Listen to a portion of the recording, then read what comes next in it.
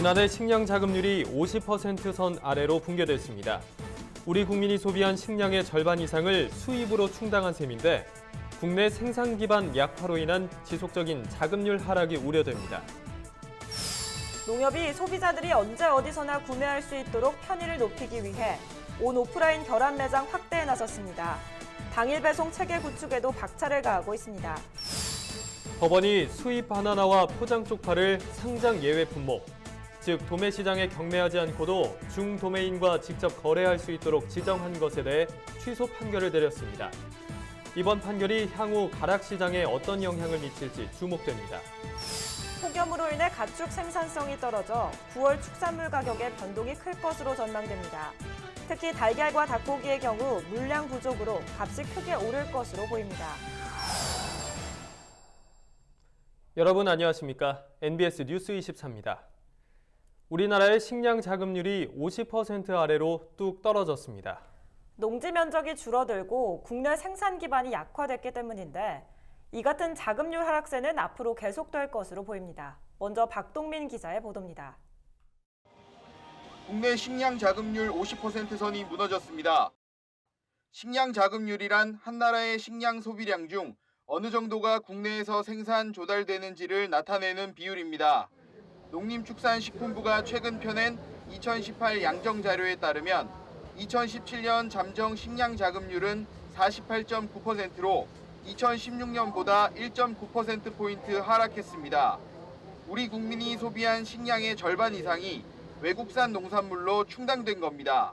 우리 농민에게는 여러모로 이제 불리한 방향으로 작용할 수밖에 없는데 무엇보다 이제 국내산 농축산물의 시장과 판로가 계속 줄어들고 있다는 점입니다. 그러면서 그 틈을 값싼 수입 농산물로 채워지고 있는 이런 악순환이 반복되는 그런 심히 우려스러운 상황이 식량 자급률이 50% 아래로 떨어진 것은 2014년 이후 3년 만입니다. 이처럼 식량 자급률이 뒷걸음질한 것은 국내 생산 기반이 약화됐기 때문입니다. 2007년 이후 우리나라 농지 면적은 연평균 1만 6천 헥타르 줄었습니다. 10년 사이 경기도 전체 농지에 버금가는 면적이 사라진 겁니다. 국내산 곡물 공급량도 꾸준히 줄어들고 있습니다. 특히 2017년 공급량은 2016년보다 3.5%나 감소해 자급률을 대폭 끌어내렸습니다. 문제는 농업이 갈수록 위축되면서 식량 자급률의 하락세도 계속될 거란 점입니다. 보리 자급률은 10년 전만 해도 50%대를 유지했지만 2012년 정부 수매제가 폐지되면서 현재는 20%대로 주저앉았습니다. 식용콩 자급률은 저가의 수입콩이 대거 풀리면서 2014년 35.9%에서 2017년 22%로 급락했습니다. NBS 뉴스 박동민입니다. 네, 우리나라 식량 자급률의 50% 선이 무너졌다는 리포트 보셨습니다. 그렇다면 식량 자급률 하락의 의미와 원인에 대해 스튜디오에 나와 있는 김인경 기자와 자세히 짚어보겠습니다. 네, 먼저 식량 자급률이란 게 어떤 의미인가요? 네, 앞서 리포트에서 보신 것처럼 식량 자급률이란 한 나라의 식량 소비량 가운데 어느 정도가 국내에서 생산 조달되는지를 나타내는 비율입니다. 네. 식량에는 쌀은 물론이고 보리, 밀, 옥수수, 콩, 고구마, 감자 등이 포함됩니다. 2017년에 식량 자급률이 48.9%를 기록했다는 건 우리 국민이 한 해 동안 소비한 이 식량 중에 48.9%만 국내산이라는 뜻입니다. 네, 그렇군요. 식량 자급률이 50% 아래로 떨어지게 된 가장 큰 원인은 뭔가요? 네, 농지 면적이 줄어들고 있다는 게 가장 큰 이유입니다. 정부가 농업진흥지역을 해제하거나 대체농지 지정제도를 폐지하는 등 농지를 줄이는 정책만 추진하다 보니 매년 2만 헥타르의 농지가 전용, 그러니까 다른 용도로 사용됐습니다. 네. 2017년에는 정부의 농지 전용 면적이 16,300여 헥타르에 달했습니다. 그 결과 국내 경지 면적은 지난해 162만 1천 헥타르까지 감소했고 2022년에는 154만 6천 헥타르까지 줄어들 것으로 예상됩니다. 네, 정부가 이 농지를 점점 줄이는 정책을 추진하고 있는 거군요. 그렇다면 또 다른 원인은 없을까요? 네, 소비자들이 국산 농산물이 아닌 외국산 농산물을 소비하는 것도 한 원인입니다. 대형 마트만 가도 값싼 외국산 쌀이나 옥수수를 쉽게 찾아볼 수 있는데요. 외국산 농산물에 대한 소비자들의 심리적 저항이 크지가 않고 가격 위주로 농산물을 고르는 경우도 많다 보니 실제로 외국산 농산물 소비가 많이 늘었습니다. 그렇다면 앞으로도 식량 자급률은 계속해서 하락할 전망인가요? 네, 안타깝게도 자급률 하락세는 계속될 것으로 보입니다. 네. 정부 의지가 후퇴하고 있기 때문입니다.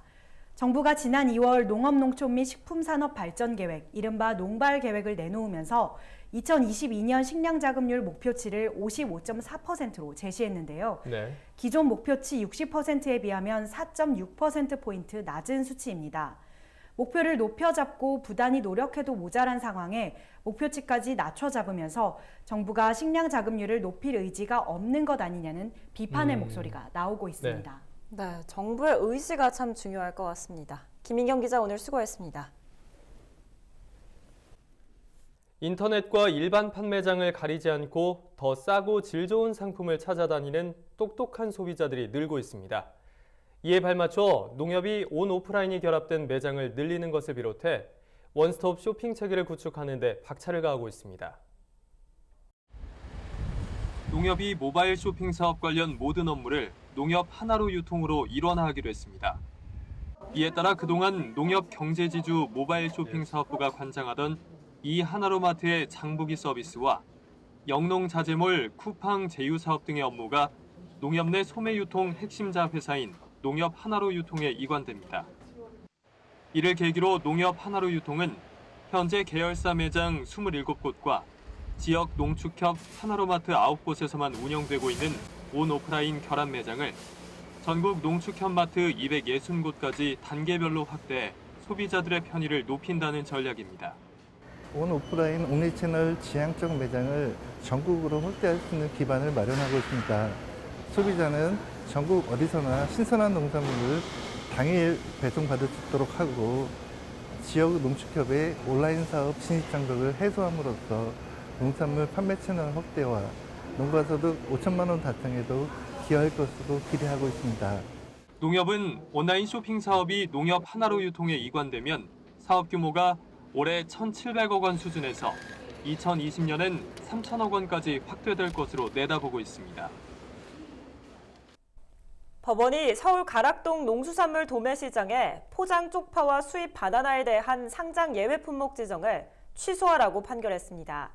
지난해 수입 당근에 이어 상장 예외 품목 지정의 부당성을 지적한 두 번째 결정입니다. 서울시 농수산식품공사는 올해 1월부터 수입 바나나와 포장 쪽파를 가락시장 상장 예외 품목, 즉 도매시장에 경매하지 않고도 중도매인과 직접 거래할 수 있도록 지정했습니다. 도매법인만 유통할 수 있었던 품목을 중도매인도 거래할 수 있게 함으로써 경쟁을 유도해 농민과 소비자 모두에게 이익을 주겠다는 취지에서입니다. 하지만 상장 물량이 줄어들면 수수료 수익이 감소할 수밖에 없는 가락시장 도매법인들은 이에 반발해 상장 예외 지정 취소 청구 소송을 제기했고 법원은 도매법인의 손을 들어줬습니다. 법원은 농안법이 다양한 유통 채널 간의 경쟁을 촉진시킬 수 있는 재량권을 인정하면서도 그것이 상장 거래 원칙보다 앞서지 않는다고 판단했습니다.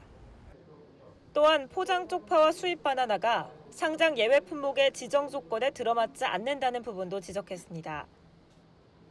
두 품목 모두 반입 물량이나 취급 중도매인이 적지 않기 때문에 농안법 시행규칙 27조가 규정한 세 가지 조건, 즉 연간 반입 물량 누적 비율 하위 3% 미만인 품목, 취급 중도매인이 소수인 품목, 상장 거래가 현저히 곤란하다고 도매시장 개설자가 인정하는 품목에 대해 모두 해당되지 않는다는 겁니다. 법원은 또 포장 쪽파와 수입 바나나를 상장 예외 품목으로 풀어주면 가격 결정 구조가 불투명해져 오히려 거래 질서가 어지러워질 수 있다고 강조했습니다. 이에 대해 서울시 농수산식품공사가 항소를 예고하고 나선 가운데 가락시장 관계자들은 이번 판결로 인해 상장 예외 품목 확대 움직임에 제동이 걸릴 가능성이 크다고 보고 자칫 가까운 지방 도매시장이나 장외로 거래 물량이 빠져나가진 않을지 우려하고 있습니다. 올여름 무더위로 인해 가축 생산성이 낮아지면서 9월 이후 축산물 가격 변동이 클 것으로 보입니다. 특히 폭염 피해가 컸던 달걀과 닭고기의 경우 물량 부족으로 가격이 크게 오를 것으로 전망됐습니다. 폭염의 영향으로 시중에서 많이 유통되는 달걀인 특란과 대란의 비중이 줄어들 전망입니다. 실제로 한국농촌경제연구원 농업관측본부가 표본 농가를 조사한 결과 특란과 대란의 비중이 지난해보다 16% 줄어든 것으로 나타났고 특란 10개를 기준으로 한 9월 달걀 산지값이 지난해보다 최소 5.9%, 최대 14% 정도 상승한 1,300~1,400원 선에서 형성될 것으로 보입니다. 육계 역시 폭염으로 인해 공급에 차질을 빚은 데다 추석 연휴로 인해 전체 도계 작업 일수가 줄어 가격이 높아질 전망입니다. 농가들은 큰 알을 많이 좀 팔아야지 폭염 피해로 인한 잔알이 많이 생산돼서 농가들은 조금 난해한 그런 상황입니다. 닭고기는 이제 계열화가 90% 이상 되다 보니까 사육 마리수마다 수수료를 받고 있는 체계이기 때문에 가격하고는 별 득은 별로 없습니다. 한우값 역시 도축 마리수 감소 여파로 가격이 상승할 것으로 보이는데 9월 한우 1등급 평균 도매값은 1kg 기준으로 지난해 18,070원보다 상승한 18,200원에서 19,200원대, 추석 성수기 가격은 18,500원에서 19,500원으로 전망됩니다. 반면 사육 마리수가 증가한 돼지는 내년 2월까지 약세를 보여 추석 성수기 도매값은 1kg당 4,100원에서 4,400원이 될 것으로 보이고 오리 역시 도안 마리수 증가로 가격 하락이 점쳐집니다. 지난해 전국적으로 벼에 큰 피해를 줬던 먹노린재가 올해도 급속도로 퍼지고 있습니다. 농촌진흥청에 따르면 8월 16일 기준으로 집계된 벼 먹노린재 피해 면적이 8,998헥타르에 달해 지난해 같은 시기보다 2.7배 높은 것으로 나타나 서둘러 방제에 나서야 할 것으로 보입니다. 먹노린재는 벼의 줄기와 이삭을 갉아먹어 말라 죽게 만드는 해충으로 5월 초순에서 9월 중순까지 논에서 활동하는데 9월 초 무렵에는 이삭을 집중적으로 공격해 쭉정이로 만드는 일이 잦습니다.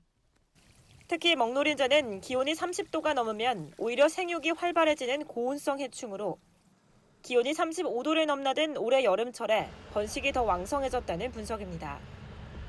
전문가들은 먹노린재가 논 주변에서 월동하며 내년에 다시 나타날 수 있기 때문에 지금이라도 성충이 발견되면 적극적인 방제에 나서야 한다고 강조하고 있습니다. 다음은 지역 뉴스입니다. 경기도의 인플루엔자 무료 접종 지원 대상이 확대됩니다.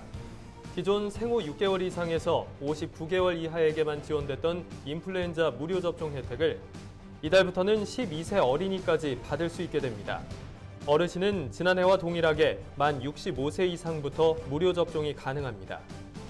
충남도가 100원 택시와 같은 공공형 택시를 확대하겠다고 밝혔습니다. 양승조 지사는 충남 개인택시 운송사업조합 대표자 간담회에서 정부의 대중교통 공공성 강화 정책에 따라 도내 공공형 택시 보급을 늘리겠다고 말했습니다.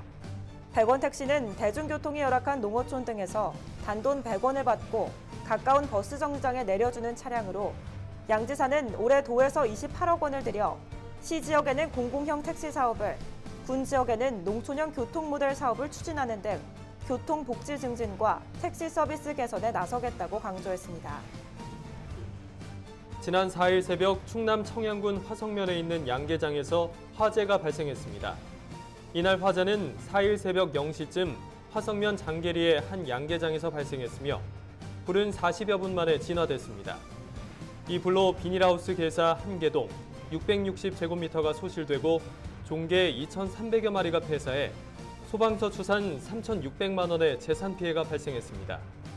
경찰과 소방당국은 정확한 화재 원인을 조사하고 있습니다.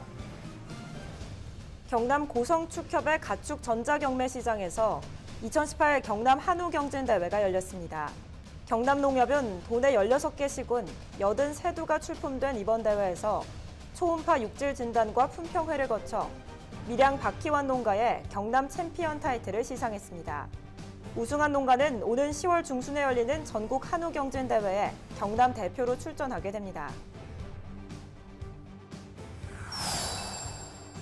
저희가 준비한 소식은 여기까지입니다. NBS 뉴스 24 마칩니다. 함께해 주신 여러분 고맙습니다.